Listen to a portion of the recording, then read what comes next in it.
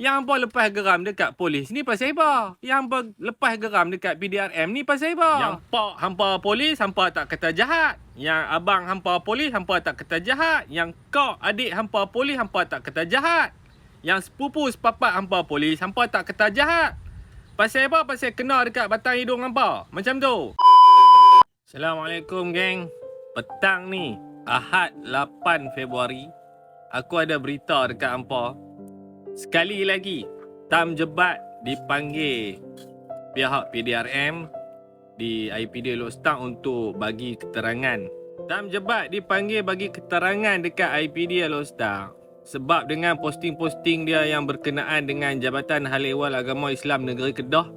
Pasal yang kalau hampa duk tengok yang sebelum-sebelum ni tu, yang dia duk bongkarkan, yang dia duk dedahkan Syekh Mr. I tu. Sebab tu, geng, susulan daripada Tam Jebat yang kena panggil di IPD Lok Stang untuk bagi keterangan, aku ada nak bagi nasihat sikit lah dekat hampa-hampa ni, dekat netizen-netizen, dekat rakyat Malaysia. Polis ni, PDRM ni bukan musuh kita, bukan musuh rakyat, weh. Polis, PDRM ni kawan kita. Mereka bukan musuh kita. Kita akui dan kita tak nafi ada polis yang baik, ada polis yang jahat. Memang hal tu kita akui dan kita tak nafi.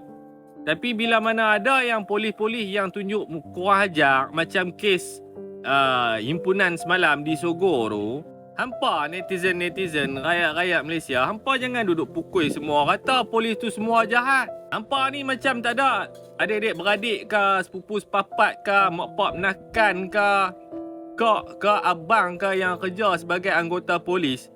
Habis yang hampa duduk pukul kata polis ni semua jahat, polis tak boleh pakai tu, termasuk sekali dengan mereka lah, sepupu sepapat hampa, adik-adik beradik hampa, sedarah daging dengan hampa. Macam tu.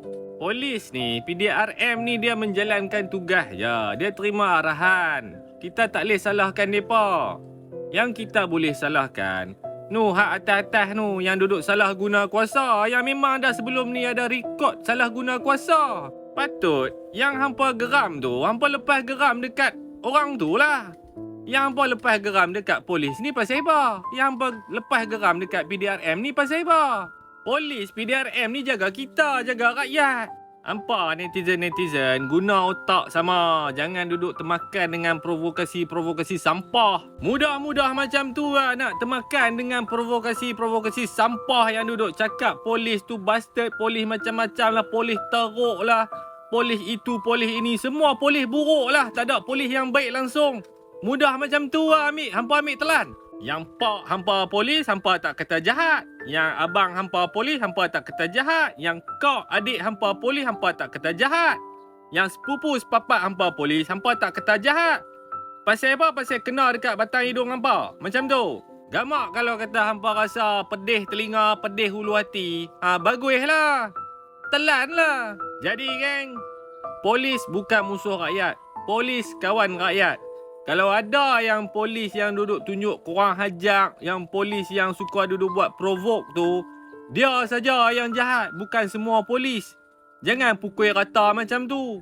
Jadi, geng, hamba-hamba semua, kita sama-sama doakan fighter kita, fighter rakyat Tam Jebat yang akan hadir ke IPD Lok Stang petang ni pukul 4 Ahad 8 Februari 2026 untuk bagi keterangan. Kes apa aku dah terang dah dekat awal-awal video ni. Hampa tengok balik.